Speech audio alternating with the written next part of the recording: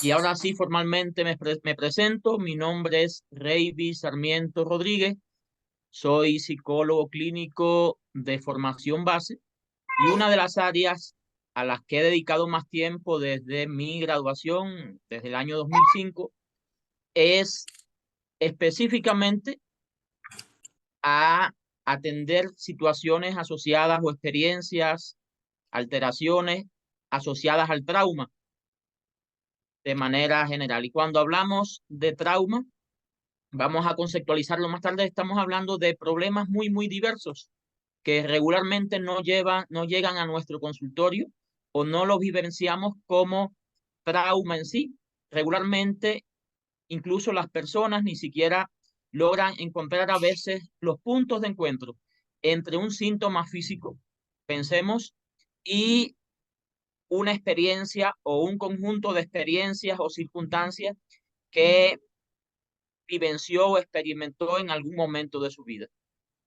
Entonces, vamos a estar hablando durante este tiempo que vamos a compartir sobre algunas ideas de lo que es la terapia para la integración del trauma, pero sobre todo de cuáles son esas diferentes caras, máscaras o matices que a veces presenta el trauma y qué técnicas podrían utilizarse en ese sentido y cómo esas técnicas las integramos en una metodología que llamamos terapia para la integración y resignificación de traumas en particular.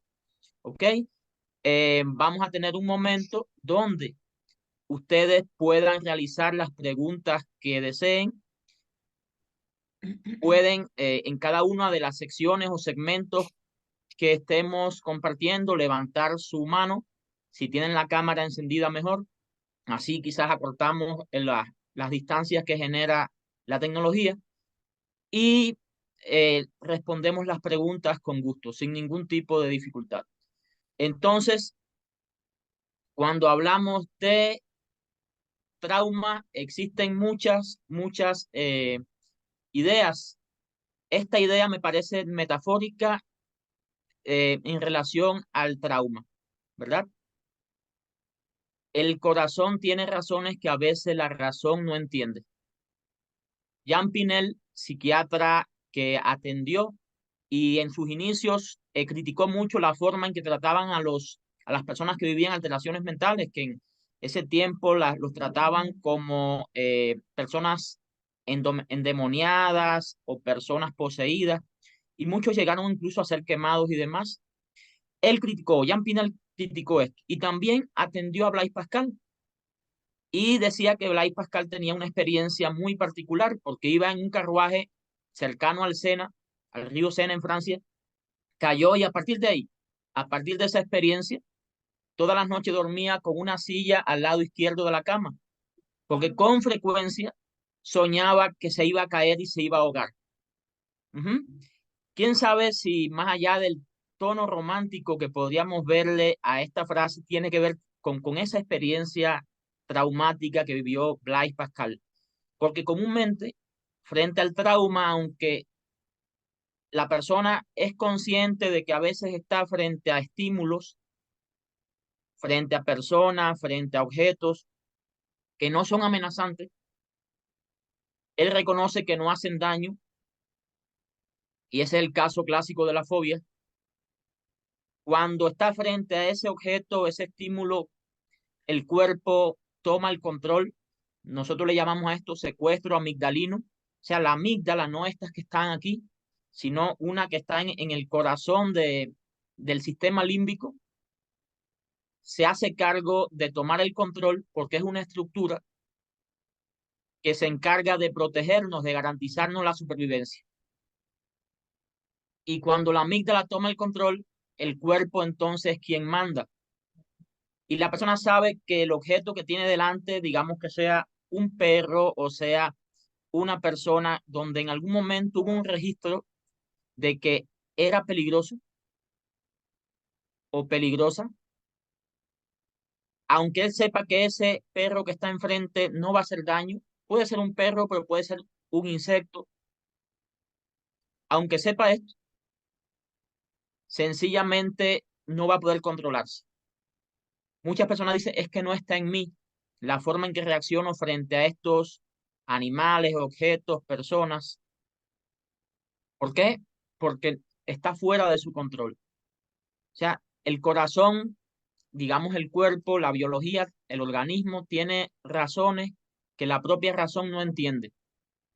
Y esta es una forma clásica en la que se evidencia el trauma, aunque vamos a ver otros matices que tiene esta, estas heridas que vivimos en algún momento de nuestra vida. O sea, etimológicamente, cuando hablamos de trauma, estamos hablando de alguna forma de herida. En este caso es una herida psicobiológica en particular, ¿verdad? Y cuando hablamos particularmente, ¿por qué integración o resignificación? Bueno, si Pascal decía que el corazón tiene razones que la propia razón no entiende, cuando hablamos de integración, hablamos de alguna forma de cómo vamos a integrar esa energía, esa memoria, a veces que está en el cuerpo, para que también sea coherente con lo que estamos pensando, analizando aquí y se generen reacciones mucho más adaptativas, más armoniosas, más efectivas para la persona que estamos atendiendo en este caso. Hay personas que, por ejemplo, han tenido experiencias de abuso, abuso incluso de su propia pareja, y años después todavía sienten la sensación de ahogo por cuando le tomaron en el cuello, no pueden ponerse una cadena, un collar en el cuello porque se le asocia con esta condición. Muchas veces esta persona ya no convive con la persona que le dañó y está frente a un amigo o amiga, a una persona que sabe que le quiere mucho y le va a proteger. Sin embargo, ese amigo o esa pareja toca esa parte del cuerpo y la persona vuelve a tener las mismas sensaciones de ahogo, se activan las mismas respuestas de huida o llegan las mismas memorias asociadas a la experiencia. Entonces, integrar de alguna forma es esta energía o memoria o información que está fragmentada en el cuerpo, integrarla con los referentes actuales, con lo que sabemos actualmente de esta persona, para que actúen corazón y razón de una manera coherente y alineada. A eso nos referimos en gran medida cuando hablamos de integración. Y esa integración pasa muchas veces por lo que denominamos resignificación. O sea, comenzar a darle un significado diferente a esa experiencia. Pero eso no se logra con el hecho de decirle a la persona, mira, esto eh, ahora es diferente, ya eso está en el pasado, o cálmate. O sea, eso no resuelve un problema que está, digamos, codificado en el cuerpo. Se hace comúnmente con técnicas que han demostrado que facilitan esa experiencia. Hasta los años 80 y tanto del siglo pasado, incluso lo que hoy llamamos estrés postraumático no existía dentro de las clasificaciones. Se hablaba de neurosis de guerra, neurosis traumática, y posteriormente, sobre todo en los años 80, se comenzó a hablar de síndrome post-Vietnam por los veteranos que venían de la guerra de Vietnam. Y fue todo ese movimiento lo que llevó a que se hablara de estrés postraumático, ¿verdad? Pero llegó a concebirse como un trastorno crónico, como algo que no se lograba solucionar, hasta que llegaron algunos enfoques terapéuticos como los que vamos a estar mencionando aquí y que hoy cuentan con evidencia del efecto que tienen sobre esas heridas, sobre esas huellas que generan todas las manifestaciones que vamos a mencionar ahorita. Ahora, trauma. Cuando hablamos de trauma, estamos hablando de que una persona, o hablando de trauma individual, una persona que se ha expuesto a un evento o a una serie de eventos o a circunstancias que resultan tan adversas que esa información queda almacenada en el organismo de una manera disfuncional. ¿Cómo ocurre esto? Imaginen que ustedes viven una experiencia donde se asustan, digamos, y cuando este proceso ocurre, la información no logra, digamos, llegar a la parte razonable. Imaginemos que vamos caminando en la noche.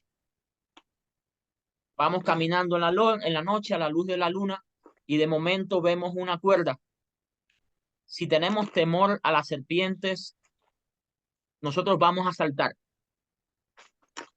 Y una vez que saltamos, posteriormente es que nos damos cuenta de que se trataba de una cuerda. Porque para nuestro sistema biológico, para nuestra amígdala, lo primero es sobrevivir. No es como decía Descartes, pienso y luego existo. Para la amígdala es existo, sobrevivo y luego todo lo que sigue. Y en este sentido, cuando ese proceso ocurre, la información donde primero se almacena es al nivel de la amígdala o del sistema límbico y se apaga toda la parte racional de nuestro sistema nervioso. El aprendizaje queda grabado a nivel emocional. Por eso, aunque después tengamos un aprendizaje, después consideremos de manera consciente y lógica de que lo que se vivió no fue tan complicado o hoy ya no es complicado, no logramos modificar esa memoria que se encuentra a un nivel más profundo en este sentido. Entonces, cuando hablamos de trauma, no estamos hablando de un proceso, digamos, superficial, sino de heridas profundas, que incluso algunos autores consideran que no se trata de un problema psicológico de base, sino de un problema neurobiológico. ¿Y qué creen ustedes que ocurre? ¿Qué creen ustedes que ocurre cuando nos asustamos? ¿Qué pasa en nuestro cuerpo cuando nos asustamos? ¿Qué sienten o han sentido ustedes cuando nos asustamos, cuando nos llevamos un buen susto? Pensemos aquí en Ciudad México, cuando suena la alarma sísmica, se activan todas nuestras alarmas biológicas. Pero ustedes y todos hemos vivido diferentes tipos de experiencias que nos asustan, que nos abruman, que nos desbordan. ¿Qué han sentido ustedes? Háganme saber. Experiencias particulares. ¿Qué han sentido ustedes frente a una información, a un evento, a una circunstancia que ha sido impactante? Miriam, Que se acelera el corazón muchísimo. se acelera el corazón. Esa es una Sí, experiencia. siempre me da como, siempre, no sé qué tenga que ver, pero siempre particularmente mal de orín. Empiezo con un dolor horrible en el ombligo y de ahí ya se detona el mal de orín o una infección en las vías urinarias. Siempre, no sé a qué se deba, Ok, pero eso y diarreas. ok, pues quizás hoy comprendas a qué se debe. Otras experiencias, otras sensaciones que pueden llegar a sentir ustedes o han llegado a sentir Se frente a una paraliza situación. uno, ¿Cómo? se paraliza uno, en una situación se queda uno Se sin saber si paraliza, se correr, congela. se congela uno. Muy bien. ¿Qué más? ¿Alguien más?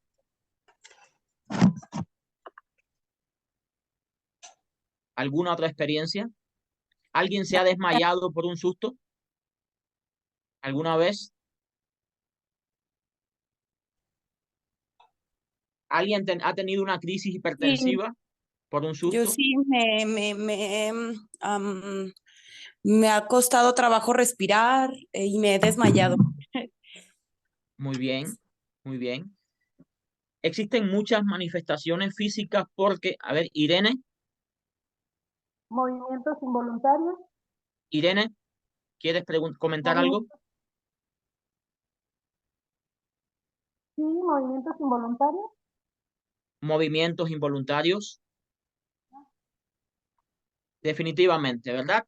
Definitivamente, porque cuando nos asustamos no es un proceso, el susto o vivir una experiencia impactante no es un proceso psicológico, ¿verdad? Para que se acelere mi corazón, cuando yo percibo por cualquiera de mis vías sensoriales, en el caso de la alarma sísmica, es un sonido, ¿verdad? En el caso de una fobia, quizás es el objeto fóbico puede ser un perro que viene a mi encuentro, el que me activa, o un depredador de cualquier orden, una persona que te va a asaltar, ¿verdad? O puede ser un olor el que active el olor a gas, puede activar todo el proceso. Estás en casa y sientes un olor a gas, puede activar todo el proceso en ti. Pueden ser por muchas vías, incluso por una vía sensorial, alguien que te toma del cuello, ¿no? Pueden ser muchas las formas, pero cuando esto ocurre, toda la energía pasa al cuerpo para generar ¿qué? Una respuesta de lucha o huida. Yo necesito huir o necesito enfrentarme a esto que me está agrediendo, porque necesito sobrevivir. Y para que eso ocurra, por supuesto que mis glándulas suprarrenales van a comenzar a enviar adrenalina. Se va a generar toda una cantidad, se va a inundar mi cuerpo de cortisol,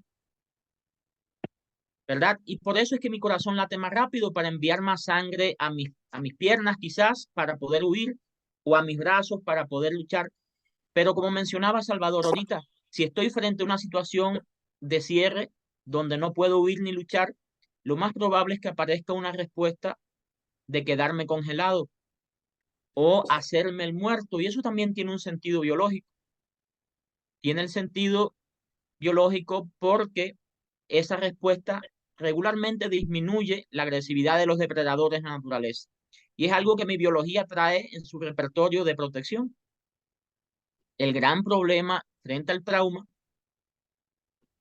es que esas respuestas se mantienen activadas.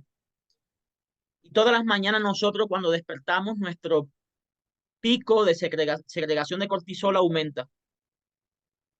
Pero en la medida que pasa el día debería ir disminuyendo. Imagínense un cuerpo en que los niveles de cortisol se encuentran desbordados todo el tiempo, con los efectos que tiene el cortisol en todo nuestro sistema, porque el cortisol en sí mismo es proinflamatorio, retiene líquidos en el cuerpo, pero además de alguna forma apaga la función del hipocampo, que es una estructura del cerebro que facilita el aprendizaje. Y si yo me siento en una situación de peligro porque tengo el registro de que el mundo es hostil, entonces, ¿creen que un niño pueda atender las clases y pueda aprender? No. Continúo durante el día recordando de manera errada, olvidando cosas, y voy generando toda una avalancha de problemas en mi vida que me hacen cada vez más disfuncional. Cuando se desarrolla actualmente la definición de trauma, se habla de todas las consecuencias, no solo psicológicas, que los criterios psicológicos de un trauma habla de intrusividad. La persona tiene los famosos flashbacks, esos recuerdos intrusivos. Estoy aquí conversando con ustedes, pero pasa un coche en la calle y ese sonido del coche activa en mí una respuesta y empiezo a recordar un momento quizás donde tuve un accidente, si no tengo bien integrada la experiencia. Pero también en la noche, mientras duermo, tengo pesadillas y comienzo a reexperimentar en mi cuerpo como si fuera ahora mismo que hubiera vivido yo ese accidente. Eso es a nivel psicológico. También voy a evitar montarme en coches y quizás desarrolle una fobia a los coches en particular o una fobia social. Evite salir de casa. Las personas con trauma regularmente viven una profunda soledad y viven una experiencia de aislamiento. Pero eso es a nivel psicológico. A nivel biológico, imaginen toda esa adrenalina en el cuerpo que va a generar con frecuencia manifestaciones de taquicardia. Hay un fenómeno conocido como el síndrome del corazón roto, que es muy parecido a un infarto del miocardio, pero este está provocado sobre todo por una inundación de adrenalina en el cuerpo. Y frente a esa experiencia aparecen entonces manifestaciones cardiovasculares muy particulares. Y hablando ya de un poco de los matices o las máscaras por las que se nos puede presentar el trauma, podemos tener frente a una persona con una adicción, ¿verdad? Una adicción a sustancias. Fue la única o la mejor forma que tuvo esta persona para hacer frente a todo el dolor y a toda la situación de peligro en la que vive. Pero nos llega con la etiqueta de adicto a consulta, o lo tenemos de familiar, o nosotros mismos contamos con una adicción como la forma de escapar de todo el dolor o el vacío que estamos viviendo a partir de una experiencia, de una serie de experiencias o circunstancias. Pero puede llegar fácilmente una persona con un trastorno de ansiedad generalizada, ¿verdad? Donde evita comúnmente salir de casa, evita ciertas circunstancias, tiene ataques de pánico y podría medicarse para ponerle un parche a esa situación, pero resulta insuficiente si no abordamos esa situación traumática que tiene. Puede llegar un niño con un trastorno de aprendizaje y evidentemente podría estar asociado a que tenga un déficit por una situación X, pero regularmente tenemos que revisar porque podríamos encontrar circunstancias adversas o experiencias traumáticas. Pero lo más interesante es que la persona puede llegar a consulta con sobrepeso, ¿verdad? ¿Y cómo ayudamos a que una persona con sobrepeso duerma mejor si su amígdala, que es quien manda, le está diciendo que necesita protegerse? ¿Podría dormir bien esa persona? Y si no duerme bien, aunque coma sano o haga actividad física, no se va a regular porque los niveles de cortisol van a ser muy elevados. O quizás llegue con un síndrome de colon irritable, ¿verdad? Y toda esa inflamación que ha generado el cortisol ha favorecido, ha generado que ciertas sustancias trasvasen las membranas del intestino y a partir de ahí aparezca inflamación y todas estas manifestaciones. Hoy sabemos conflictos o traumas biochoc puntuales que generan esta condición. Y eso facilita mucho el proceso en este sentido. Pero pueden llegar personas con alteraciones en la piel, dermatopatías, psoriasis, vitiligo, que en la base tiene puntuales experiencias traumáticas asociadas a separación, duelos complicados. Y podríamos atender lo que está aquí, el síntoma, o podríamos ver lo que subyace a esto, que comúnmente es esta manifestación. Uno o varios traumas sin integrar, sin resignificar, por los cuales mi biología me mantiene en una situación de alerta para intentar protegerme de un peligro que ya hoy no existe, pero el registro está todavía, ¿verdad? Desde aquí decimos que tratar en ese sentido el trauma es ayudar a que la persona no actúe según su mapa, sino según lo que hay realmente en el territorio. Pero no lo logramos si no revisamos este tipo de experiencia. Hoy se reconoce que si se previnieran muchos de los traumas de la infancia, si no se generaran estas manifestaciones asociadas al maltrato, por ejemplo, o el abuso sexual infantil, estaríamos quitando de la nómina 1/3 de los trastornos mentales graves. 1/3 de los considerados trastornos mentales graves no existirían si se previniera en gran medida el maltrato y el abuso infantil, porque provienen de experiencias traumáticas tempranas. Y algo que está un poco más de moda, como son las alteraciones autoinmunes, como la fibromialgia, el lupus, también tienen de base una historia traumática. Los estudios actuales demuestran que existe una gran correlación entre trauma y fibromialgia. Cerca del 80% de las personas que cuentan, que mantienen fibromialgia, tienen una correlación con estrés postraumático. Y el 50% hablan de experiencias particularmente ocurridas en la infancia. Entonces, no estamos diciendo con esto que abordando la experiencia vamos a curar necesariamente la fibromialgia, pero si no se atienden los traumas que pueden ser de alguna forma factores predisponentes o disparadores de esta situación, o a veces sencillamente lo agudizan a un nivel muy elevado, vamos a tener un tratamiento parcial o un tratamiento que es ineficiente en este sentido. Atender al trauma hace la diferencia para tanto alteraciones psicológicas como en todos los matices que se presenta a nivel psicosomático.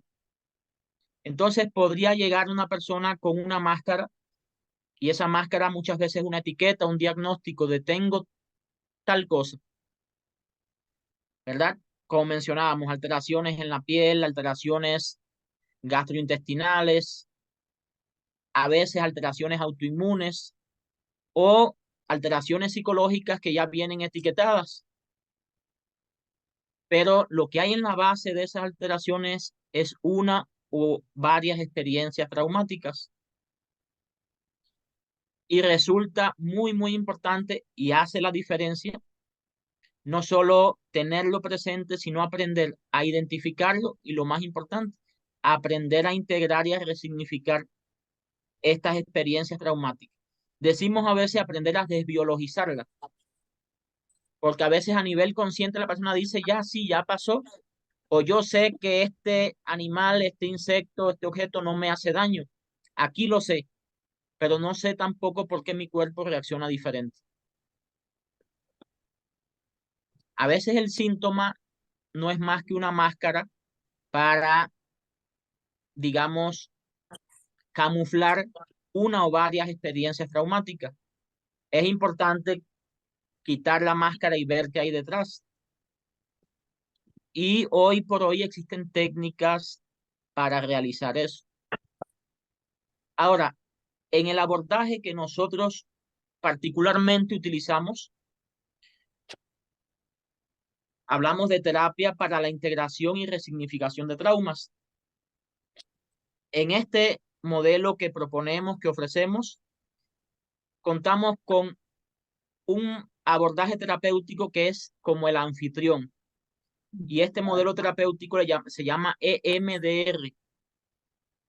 Y a este modelo anfitrión llegan varios huéspedes que venimos utilizando hace mucho tiempo, como son la hipnosis, las técnicas bioenergéticas, y cuando digo bioenergética me refiero a las técnicas que propone Alexander Lowen y otras que provienen de lo que se conoce hoy como terapias psicocorporales y de experiencia somática.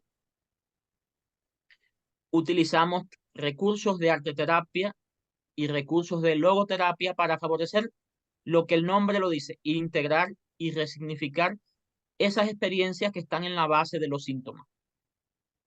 Desde el MDR se propone que los síntomas no es lo importante.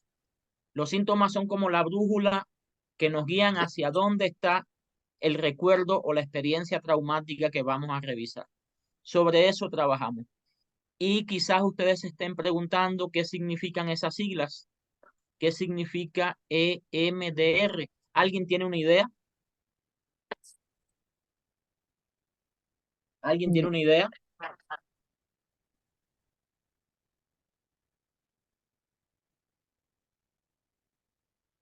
No. ¿Qué quiere decir EMDR?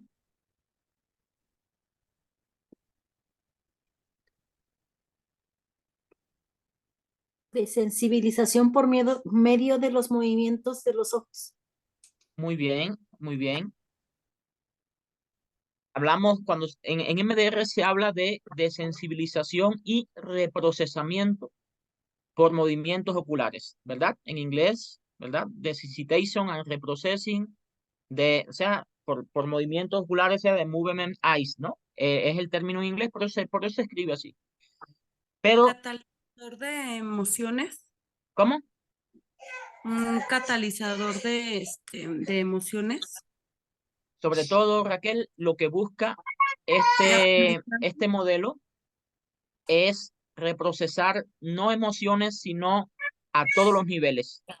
A un nivel donde se entiende que el trauma no es algo emocional solamente, es algo que está registrado a nivel de los recuerdos, a nivel de las emociones y a nivel también de las sensaciones.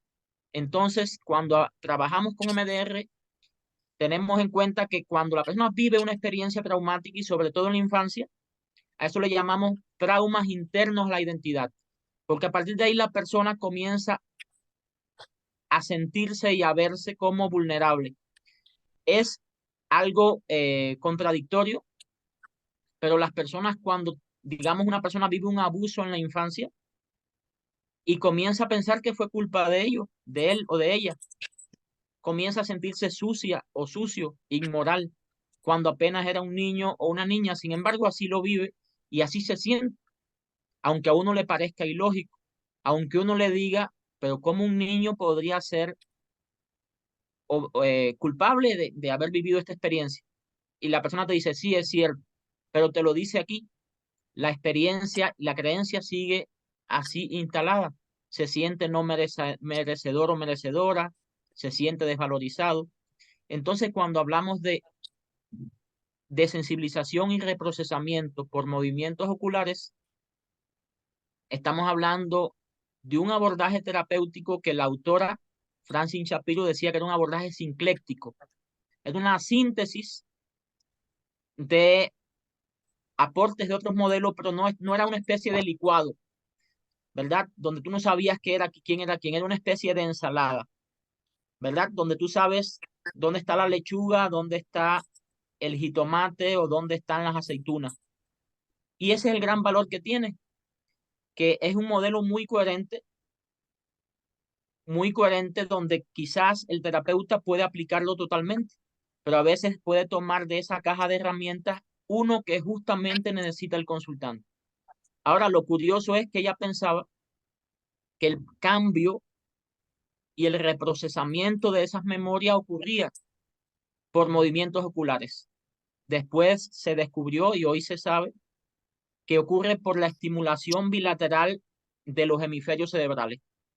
Y cuando eso ocurre, ocurre algo que no ocurre en muchas otras formas terapéuticas, y es que se logra desconectar la información a nivel de la amígdala. Otras terapias que trabajan, le decimos de arriba hacia abajo, como las terapias cognitivas, también tienen efectos en el trauma, las terapias de exposición. Pero hay algunos estudios que sugieren que la información, la amígdala sigue todavía enviando mensajes y por eso aparecen a veces recaídas o a veces a nivel psicosomático no ocurren cambios. Con esta técnica o estas técnicas que propone el MDR, que es un proceso de 8 fases, muy estructurado, muy preciso, ocurre una resignificación de la memoria a este nivel y se desconecta el miedo o la activación que aparece en la amígdala. Entonces es un proceso, un abordaje terapéutico que es la base y en algún momento se consideró, aquí tenemos a Francine Shapiro, se consideró la penicilina de la psicoterapia, porque revolucionó en gran medida la forma de comprender la terapia, pero no solo eso, se demostró que en casos de trauma reduce en un 50% el tiempo de sesión. O sea, lo que antes se lograba quizás cuando se hablaba de traumas crónicos o complejos y se necesitaban muchas sesiones, digamos 20 para lograr el objetivo, con MDR se lograría en 10. Y esta técnica o este abordaje que fue validado en veteranos de la guerra de Vietnam, personas que venían mutiladas, que vieron morir a sus amigos, que, digamos, vivieron situaciones de asalto, emboscadas, llegaron a casa y había fallecido mamá, no tenía pareja porque se había ido. Toda esa situación de dolor lograba solucionarse en un periodo de unos 3 meses y personas con traumas simples en apenas 6 sesiones, hasta el 100% de las personas que se evaluaron lograban trascender el trauma. Entonces resulta hoy el modelo o la terapia de elección cuando vamos a tratar traumas. Imaginen que ustedes tienen una situación de salud, ¿verdad? Tienen dolor de cabeza, cefalea, y tienen frente a ustedes varios medicamentos que son muy buenos. tienen amoxicilina, tienen una crema para la piel, tienen paracetamol, tienen, no sé, ergofeína. ¿Cuál elegirían ustedes? Todos son muy buenos. ¿Elegirían la amoxicilina para el dolor de cabeza? No. No, ¿verdad? No. Aunque es muy bueno, no elegiría ese. Elegiría el que está demostrado que disminuye o resuelve el dolor de cabeza. A veces yo que trabajo con hipnosis, por ejemplo, y la integro perfectamente, como vamos a ver, la integramos a este modelo que llamamos, muchas personas van buscando hipnosis, pero si lo que va a trabajar la persona es una situación traumática, yo le propongo incluir el MDR dentro de su proceso porque ha demostrado más efectividad que cualquier otro para solucionar situaciones de trauma y en menor tiempo. Entonces, es importante trabajar desde la evidencia y con esta certeza. Además, los cambios se ven puntuales en la sesión. En esa sesión se ven los cambios de lo que se ha trabajado en este sentido. Entonces, este decíamos que es el modelo huésped, el modelo que tomamos de base, porque está muy estructurado en 8 pasos. Ahora, en esos pasos, nosotros hemos integrado unas técnicas que lo potencian en particular. ¿Qué se ha encontrado con MDR? Que en primera instancia, cuando una persona entra en el proceso, se activan y aumenta el metabolismo de zonas del cerebro que participan en el procesamiento de la información. O sea, se activan ciertas zonas que procesan profundamente la información que se está abordando para ese momento. Los niveles de cortisol disminuyen, se regulan y hasta 6 horas después la persona sigue todavía procesando, digamos, digiriendo esa experiencia que se abordó. Porque resulta muy potente el trabajo con trauma y es algo que se ha evidenciado en tomografías por emisión de positrones, en neuroimagen funcional y en la experiencia, por supuesto, del consultante. Ya para el año 2007, los estudios de metaanálisis para trauma reconocían que el MDR no solo era el tratamiento más eficaz, sino el más eficiente en el sentido que era el mejor tolerado por los consultantes y el que generaba efectos más rápidos. Cuando hablamos de eficiencia, hablamos de menos tiempo en sesión, mejores resultados con menos esfuerzo en este sentido. Ahora, en este modelo que nosotros presentamos y compartimos, que llamamos TIRT, Terapia para la Integración y Resignificación de Traumas, el MDR es el modelo anfitrión, pero desde la primera sesión comenzamos a implementar técnicas como la hipnosis para favorecer la estabilización del consultante. Una persona que ha vivido uno y regularmente muchos traumas o experiencias de trauma, es una persona que comúnmente está en lucha y huida constantemente. Y es el primer objetivo estabilizar al consultante. Una de las técnicas que utilizamos para que esa respuesta simpática, ese acelerador que está hasta el fondo, que llamamos sistema simpático en el organismo, pueda, digamos, bajarle un poquito a la velocidad en que está funcionando su cuerpo, es los recursos de hipnosis que incluimos en una fase que se llama fase de preparación del paciente. Pero no incluimos solo esto, incluimos técnicas bioenergéticas para facilitar el arraigo, para facilitar la conexión o la reconexión, porque una persona en trauma es una persona que está fragmentada. Y aquí incluimos algunas técnicas que provienen de la propuesta de experiencia somática que propone Peter Levine, y que algunas técnicas las toma de prácticas chamánicas. Miren qué curioso, lo que las valida ya en el contexto científico. Utilizamos algunas técnicas de Tantra Yoga, les comentaba, durante este proceso, y que en los entrenamientos que realizamos comúnmente la persona o el terapeuta tiene que vivenciarla. ¿Cómo sé el efecto que va a generar en mi consultante si no lo practico en mí? Un gran logro en una situación de trauma es lograr que la persona ponga en palabra lo que ha vivido. Porque como decíamos, la amígdala se hace cargo y cuando eso ocurre, el área de Broca, que es el área de nuestro cerebro relacionada con la expresión del lenguaje, se anestesia, se inhibe y le resulta muy difícil en esa condición neurológica o neurobiológica a una persona poner en palabras.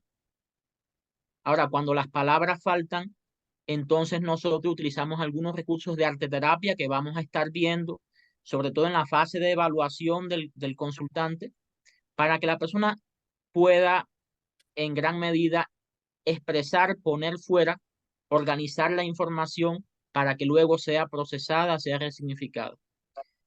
Y en el caso de los niños, resulta genial el uso del dibujo, el uso de títeres, porque es una técnica donde los niños son muy sensibles para que sean aplicadas.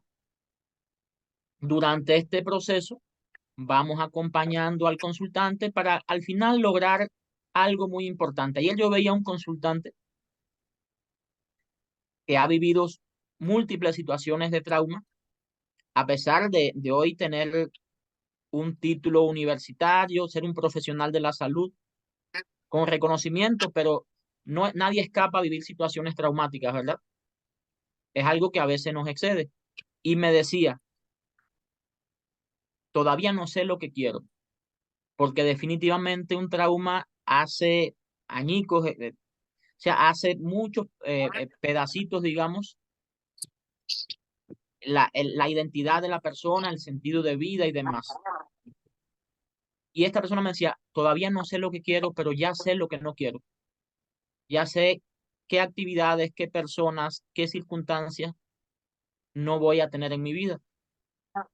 Y es aquí donde nosotros utilizamos los recursos de logoterapia para favorecer esa reconexión con el sentido de vida. O sea, no hay una terapia completa desde este proceso si la persona que cayó en ese vacío existencial y muchas veces llega a consulta donde ya ha sanado en gran medida, ha solucionado su situación de trauma, ha, digamos, desconectado un poco las alarmas a nivel biológico, pero vive en un vacío existencial porque aprendió a vivir así.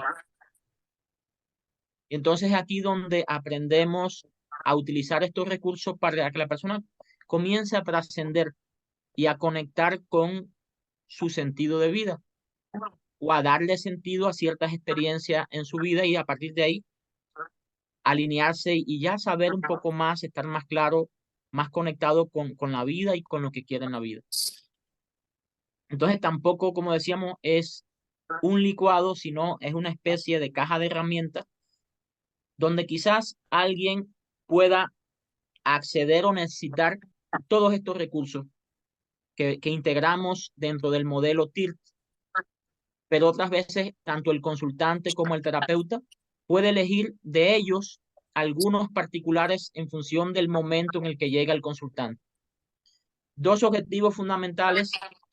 El primero es desbiologizar la experiencia traumática, ¿verdad? Que la persona pueda liberar esa energía, esa memoria, y eso lleva su secuencia.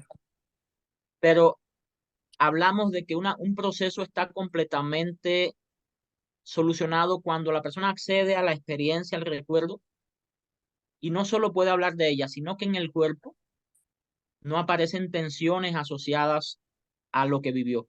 Ese es el principal indicador físico de que hemos hecho un buen trabajo hasta ahí. Y el segundo objetivo es conectar a la persona con la vida, con su sentido de vida. Por eso hablamos de resignificar. ¿Quién voy a ser yo a partir de esta experiencia de pérdida? ¿Quién voy a ser yo a partir de eso que viví en algún momento? Entonces, de este modelo general, lo desarrollamos en un proceso, en una metodología, en un paso por paso, que va desde evaluar la naturaleza traumática del síntoma que trae la persona, o sea, la herida que originó estos síntomas, esta etiqueta o esta máscara que trae la persona, que a veces es un camuflaje, a veces detrás de un comportamiento muy agresivo, sencillamente hay una gran herida.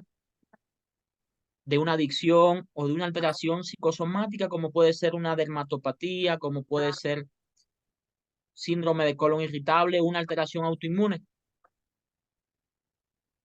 En esa metodología aprendemos cómo identificarlo, cómo llegar a esa experiencia.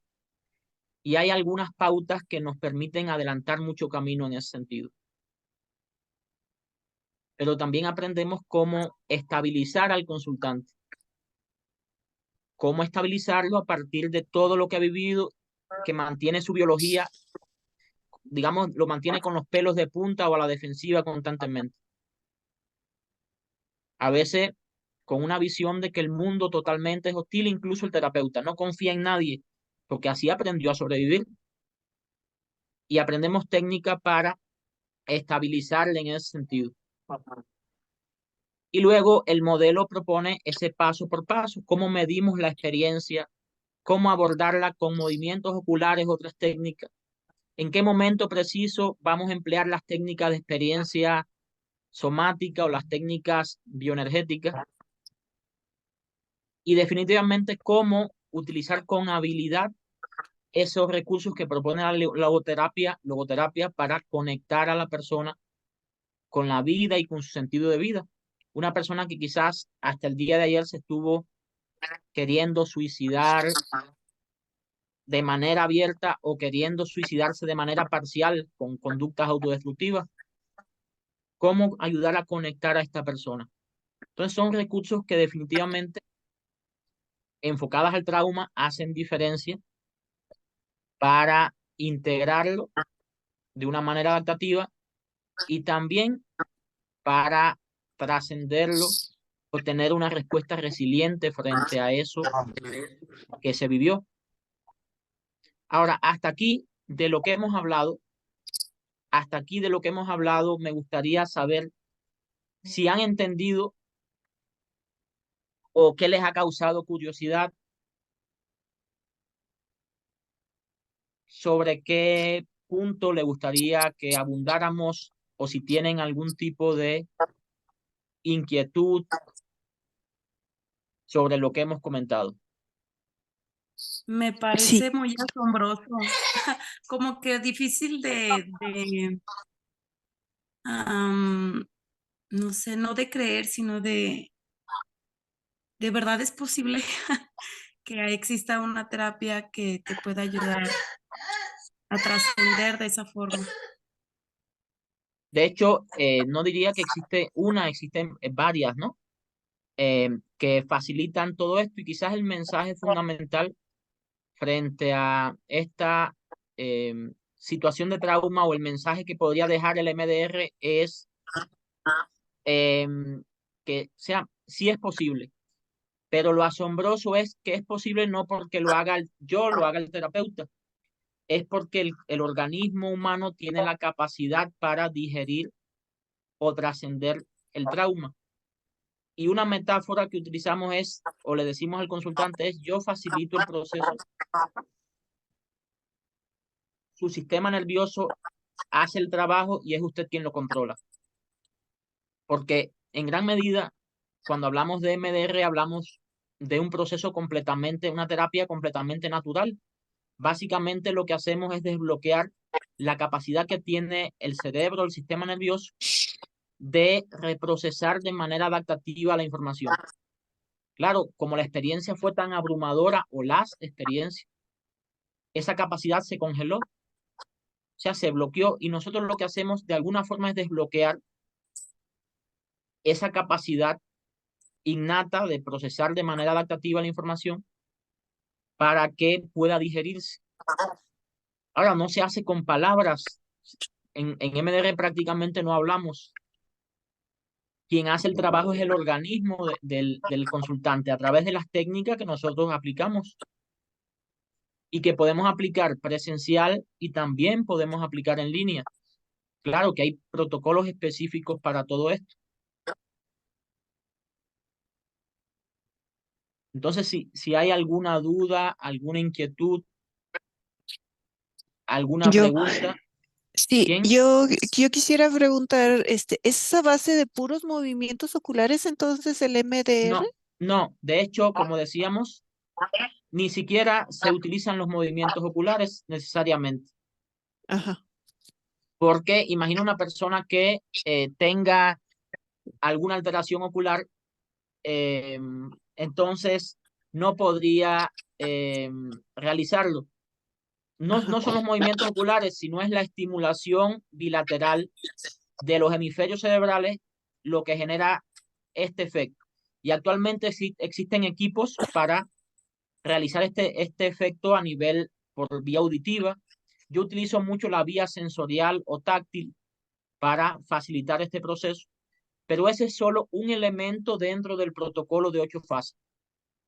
Si bien los movimientos oculares o cualquier otra forma de estimulación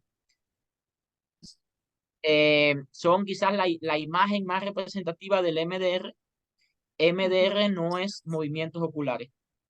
La misma creadora, que falleció hace unos 4 años, decía, si yo pudiera rebautizarlo, le llamaría terapia de reprocesamiento de trauma. Pero ya se quedó con ese nombre, ya se conoce y así se queda. Porque ella se dio cuenta de que no eran los movimientos oculares. El MDR tiene un poco de terapia de exposición, tiene un poco de, por eso decía, es un modelo sincléctico. Sintetiza técnicas de una manera coherente en un protocolo de 8 fases que es muy estructurado, muy fácil de guiar si uno se acoge a la estructura y, por supuesto, no es un protocolo para todo el mundo.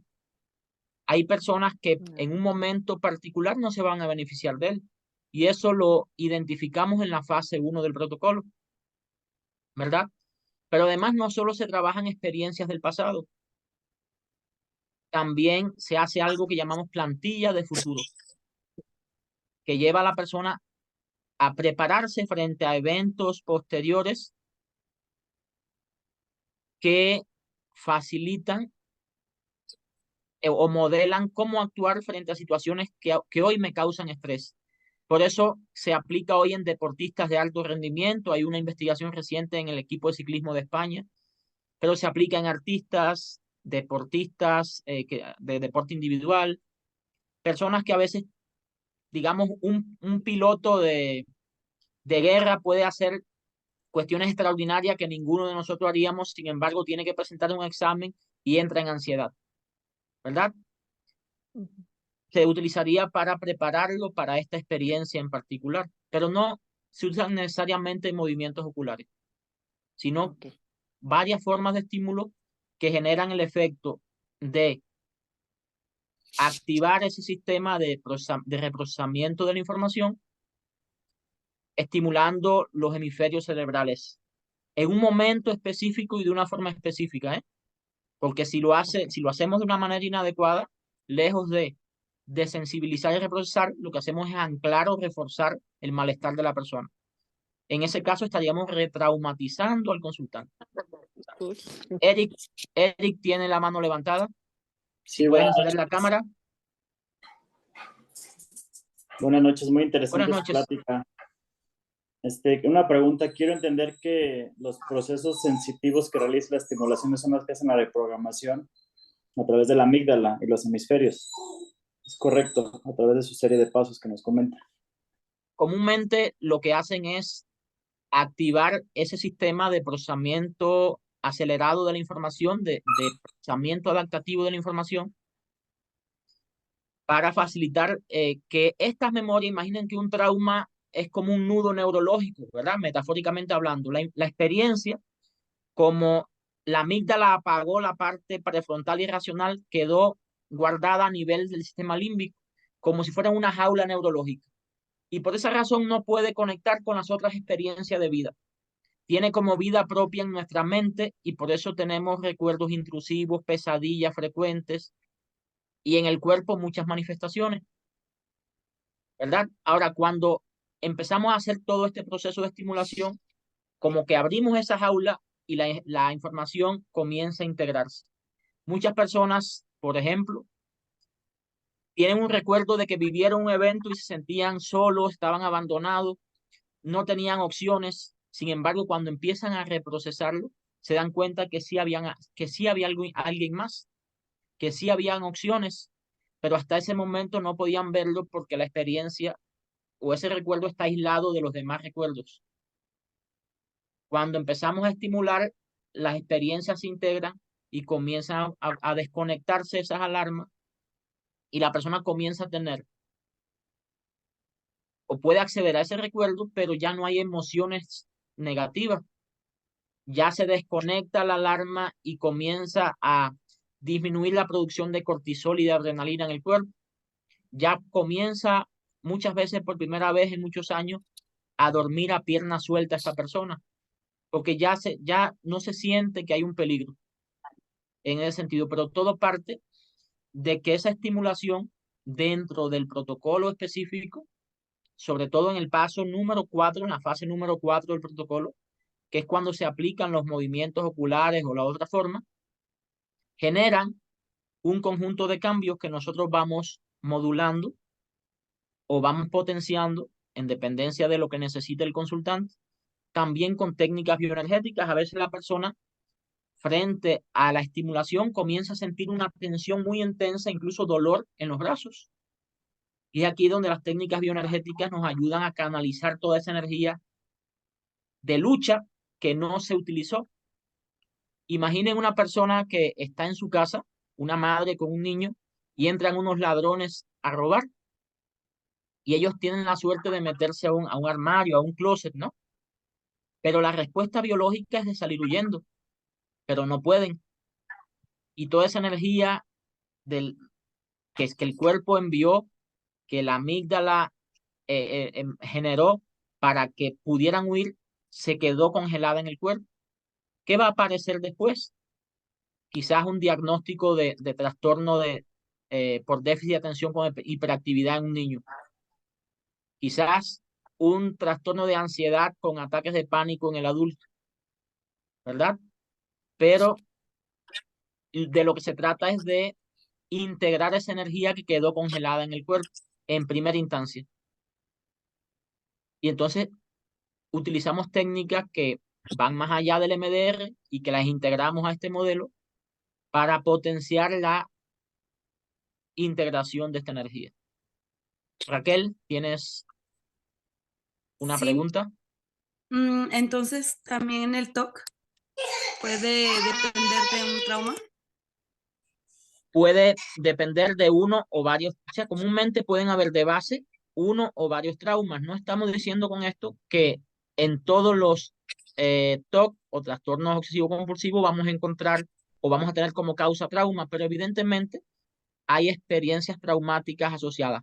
Este fin de semana yo lo pasé como estudiante de un curso muy interesante para manejar lo que llamamos rumia, o sea, esos pensamientos negativos repetitivos que tienen en la mente. O sea, que las personas tienen y que son muy comunes en el estrés postraumático y en el TOC.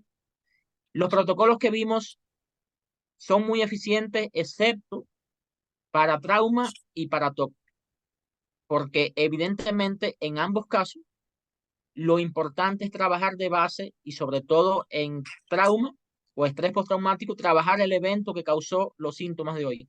Cuando trabajas el evento, la rumia desaparece. En el caso del TOC, que la rumia tiene la intención de solucionar un problema, de mantener el control sobre ciertas circunstancias, o a veces aparece como preocupación respecto al futuro, ¿no?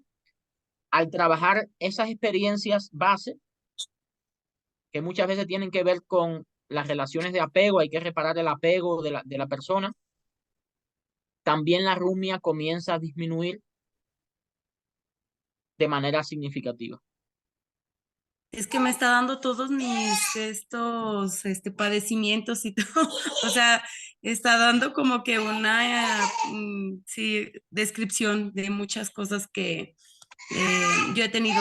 Soy paciente multitratada desde los 8 o 9 años hasta, bueno, hasta ahora, pero creo que este año ha sido como que el más complicado, el más pesado, el más duro. Y el que de verdad sí sentí que no iba a lograr, o sea que ha sido el más difícil. Desde enero fallece un tío, que para mí fue como mi padre. Y después de eso se rompió mucha familia, o sea, se rompió mucha gente con la que yo crecí y eso también fue duro. Y ahora en julio matan a un hermano de manera muy, muy horrible, fue una muerte muy, muy horrible y todavía me tocó ver su de esta autopsia y sí me dan ataques de pánico todo el tiempo. Tengo mucha ira, hay días en los que tengo pensamientos y me saben esos pensamientos, no sé cómo expresarlo, es pensamiento de ira y tengo un sabor, la ira, tengo pensamiento de miedo y tengo un sabor sobre el miedo y un olor y se siente, se manejan. Me convulsionaron, pero este año ha sido el peor. O sea, sí, este año sí me llevó mi trabajo, me llevó mi familia, mi paz mental, mi tranquilidad. Definitivamente ha sido el año más difícil. Sin duda has tenido muchas experiencias, por eso decimos o hablamos de situaciones donde comúnmente es una experiencia, pero muchas veces son muchas experiencias que exceden mi capacidad de procesamiento, ¿verdad? Exceden mi capacidad de procesamiento porque, digamos, son muchas y como decía Elizabeth Kubler-Ross, nadie puede mirar el sol de frente todo el tiempo, ¿verdad? Y reconocer que a veces estamos en una situación de vulnerabilidad es un primer paso para solucionarlo. En tu situación, como en la de cualquier persona, el primer paso es generar estabilización y recuperar algunas funciones que hagan o preparan a mi organismo para comenzar a digerir algunas experiencias, pero como a veces comentamos de manera un tanto humorística, las hormigas se comen al elefante pedacito a pedacito. Entonces, a veces trabajando un recuerdo nuclear que está en todo, se resuelve todo el racimo de que está en esa red neural, en esa red de memoria. Pero sí es muy importante revisar a uno a uno. El primer paso, Raquel, y todos, por supuesto, es reconocer que me encuentro hoy, como muchas personas incluso que vivieron la situación de pandemia de una manera muy difícil, en una situación de vulnerabilidad y ir tomando acciones, pequeñas acciones para estabilizarme, acciones de autorregulación, de autocuidado y también buscar ayuda, porque definitivamente a veces solo se puede hacer algo, pero juntos o con un acompañamiento profesional es mucho más saludable y mucho mejor. Entonces, mi recomendación es, en primera instancia, que pudieras encontrar un profesional con formación o entrenamiento en atención al trauma y podría en gran medida ayudarte en este sentido. Yo les comentaba al inicio, Última vez ya con psiquiatras, desde a los 24 años me detectaron la depresión. Tengo claro, ahorita 37.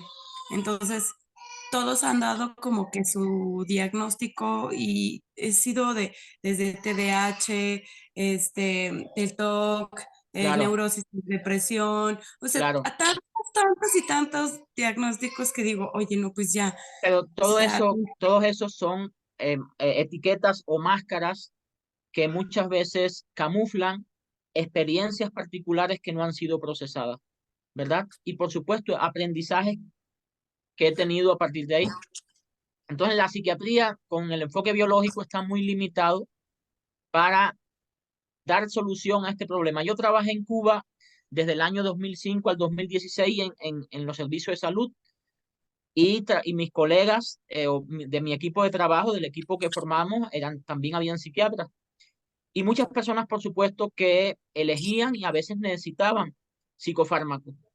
Pero veíamos en muchos casos como en esos, digamos, 11 años que trabajé allá, los pacientes del 2005 seguían siendo los del 2016 con el psiquiatra. El único diferencia es que necesitaban más medicamentos para obtener eh, el mismo efecto o necesitaban un medicamento de otra generación, porque los psicofármacos pueden ser importantes en un momento, pero no solucionan los problemas. A veces para situaciones agudas sí, pero no son la solución y eso hoy lo sabemos todos, ¿no? Entonces, aunque a veces es necesario, es temporal y limitado el efecto que pueden tener. Luego pueden generar a veces más problemas que beneficios en ese sentido. Yo les decía, me gradué en el año 2005 y trabajé en salud y tenía muy claro que quería dedicarme a la intervención psicológica, a la psicoterapia. Y para mí fue un antes y un después la formación en psicoterapia MDR, que fue del año 2011 al 2014, mi formación del primer nivel a clínico en esta terapia. Había tenido formación en hipnosis clínica, en psicoterapia gestal, en terapias conductuales, pero sí hubo un antes y un después para mí, también para mis consultantes, a partir de el entrenamiento en este enfoque, ¿verdad? Y casualmente cursaba una maestría en medicina bioenergética y natural en ese entonces y me dio la oportunidad de ir integrando, en la medida que han pasado los años, estas técnicas a la formación e ir viendo y validando resultados también en el contexto de la investigación.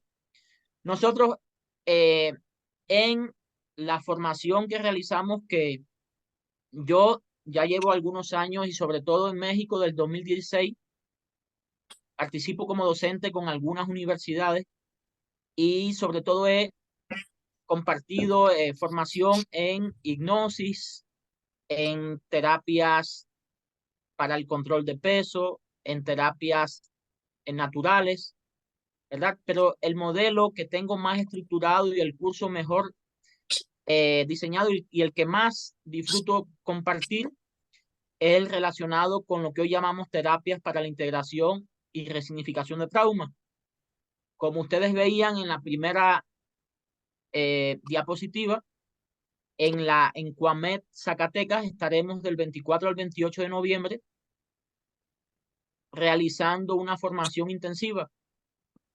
Ahora, esta formación tiene 4 aspectos que son los fundamentales. El primero es el trabajo personal del terapeuta, porque también existe un fenómeno que se conoce como traumatización vicaria, y el trabajar con traumas o la dinámica de vida diaria implica que el terapeuta también aprenda a autocuidarse.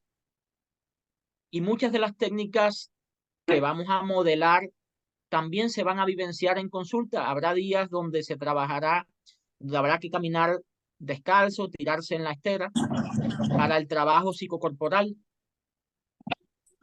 Pero sobre todo implica también trabajar esas historias que podrían limitar al terapeuta para esta práctica. O sea, la formación implica el trabajo sobre experiencias puntuales que los que van a formarse podrían afectar en su práctica o en su vida diaria, por supuesto. La intención es que al modelarlo y al practicarlo, al vivenciarlo, se puedan integrar mejor esas técnicas y cada quien, desde su formación base, pueda incluirla en su caja de herramientas, no como un licuado ahí donde no sé qué cosa es qué cosa, sino en protocolos estructurados donde yo diga, bueno, para este consultante lo que necesito es esto, de este modelo. O puedo practicar los protocolos específicos que vamos a ver, un protocolo para trauma, para estrés postraumático, el paso por paso, un protocolo para duelos complicados, cuáles son específicamente los puntos que vamos a ver en duelos complicados, cómo abordar en particular algunas cuestiones que están en la base del trauma, que implica abordar los trastornos de sueño, implica abordar las respuestas de lucha y huida o la disociación que está en la base del trauma en particular, o es una respuesta básica del trauma, ¿no? Disociarme, desconectarme mentalmente de una situación tan dolorosa. Cómo trabajar técnicas o muchas técnicas de estabilización y sobre todo cómo ayudar al consultante a conectar con la vida y con sentido de vida. Entonces a veces no tengo que aplicar el protocolo de manera total para un consultante, pero me sirven unas técnicas en particular para lograr este o tal objetivo. Eso es lo que comúnmente brindamos en esta formación, que va a ser presencial, vivencial, de integración, con modelos estructurados y bibliografía que va a permitir revisarlos cada vez que ustedes deseen. Y finalmente, esa sería una buena metáfora de lo que pasa con el MDR, ¿verdad? Hoy una maestra me decía, la mente siempre nos está vendiendo algo, ¿verdad? La mente siempre nos está vendiendo algo y muchas veces estamos detenidos comprando todo lo que nos vende y mucho de lo que nos vende tiene que ver con nuestra historia, ¿verdad? Uno de los objetivos básicos del MDR es que la persona pueda utilizar esos recuerdos de una manera trascendente, significativa, pero donde ya no permite o no ocurre que esos recuerdos le utilizan a él. O sea, no se mantiene en un estado de supervivencia y biológicamente inundado de cortisol y adrenalina, sino que aprende a conectar con la vida, con el momento presente y a ver que esto que tengo aquí, digamos, no es agresivo, aunque lo parezca, ¿verdad? A relacionarse no con el mapa antiguo, sino con un mapa más adaptativo y más saludable del territorio actual. Implica recolocar esas experiencias en el pasado, pero a nivel biológico. Y definitivamente sí creo que hace la diferencia en la atención a el trauma, el aprendizaje de estos recursos. Entonces, un punto más que tenemos en cuenta en la terapia del MDR y lo utilizamos como recurso y lo fomentamos el valor de la espiritualidad dentro del proceso. Como puede ser quizás la última tabla que tiene una persona que siente que naufragó completamente en la vida y cómo ayudamos a reconectar nuevamente con ese sentido espiritual de su existencia, ¿no? Y para ello también utilizamos las técnicas ya mencionadas. Entonces, hasta aquí, si quisieran preguntar algo respecto a lo que hemos estado abordando a grandes rasgos, que no podríamos, por supuesto, hacerlo en una hora o ni en dos. Podría yo resumir que cuando hablamos de trauma, hablamos de un proceso que no es ni psicológico ni ambiental, es un proceso organísmico, está constantemente impactándonos a todos los niveles. No es algo que podemos resolver conversando con el consultante o porque el consultante llore, vamos a lograr, sí, se va a aliviar, pero no vamos a lograr que se desconecte ese registro. La amígdala va a seguir enviando información de que hay peligro y con ello el cuerpo respondiendo a eso, a un peligro que no es real aquí ahora, ¿verdad? Que no existe ya, pero aquí parece que sí todavía, ¿no? Ayer me decía una persona, yo viví el terremoto del 85 y del 17. Y cada vez que suena la alarma sísmica tengo una crisis hipertensiva, cada vez que suena paso muchos días en mal estado, ¿verdad? Y es normal que si suena yo me active y salga, pero si tengo estas situaciones, necesito desconectar ese registro de peligro para actuar de una manera más adaptativa y efectiva. Eso es lo primero. Y lo segundo es que esa situación neurobiológica, esa situación que me impacta a todos los niveles, es posible solucionarla y con ello solucionar situaciones a veces que se encuentran en mi piel, en mi sistema digestivo, cardiovascular, que está impactando en mi sistema inmunológico o en mi situación mental o relacional. Porque si yo tuve una experiencia de abuso o fui traicionado y no he integrado bien esa experiencia, no me voy a relacionar bien en lo adelante. Evite relacionarme me genera una coraza o no disfrute las relaciones. ¿Y cómo lograr eso? Bueno, la terapia para la integración y resignificación de trauma es una propuesta de elección para trabajar ese tipo de experiencia. Definitivamente. Entonces, si hubiera alguna pregunta, alguna duda puntual respecto a lo que hemos hablado o respecto a la formación que ofrece Cuamed Zacatecas, yo creo que estamos en el momento también y la disposición para responderla. Yo sí estoy súper interesada en el curso porque la verdad suena súper interesante y sí me gustaría experimentar Muy bien, esta experiencia.